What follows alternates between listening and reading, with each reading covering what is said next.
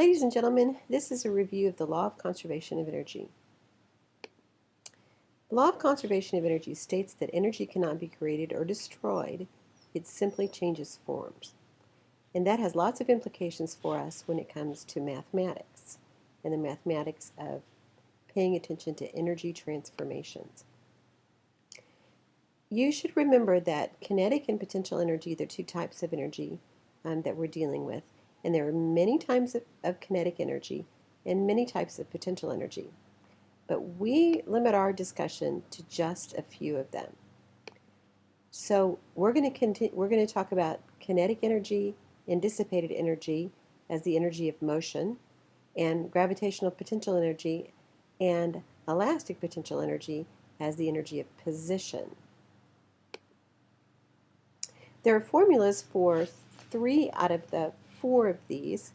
The last one, dissipated energy, is that energy that just kind of fritters away and we can't get it back.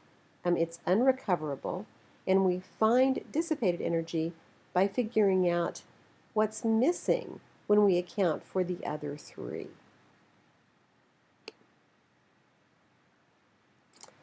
So let's look at how that works from the point of view of mechanical energy. All of the energy that we're going to evaluate is either kinetic or potential. So if we add the two categories up, then that will account for all of the energy in a system. So the total mechanical energy in a system is equal to the kinetic energy plus the potential energy. And we can say that with more and more in a more and more specific way as we move through these formulas. So I can restate total mechanical energy equals kinetic energy plus potential energy by just putting it in these symbols. And that's easier because it's a whole lot less to write.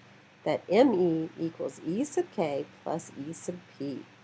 We're saying the same thing as we said up here with all these words.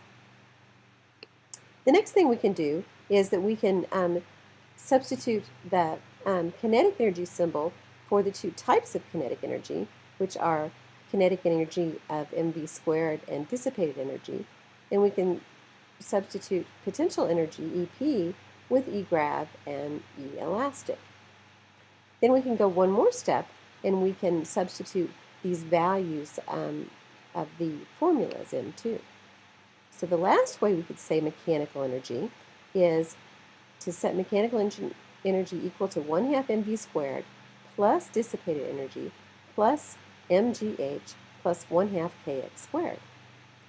And we're saying the same thing in all of these statements. We're just getting more and more specific about how we're saying it.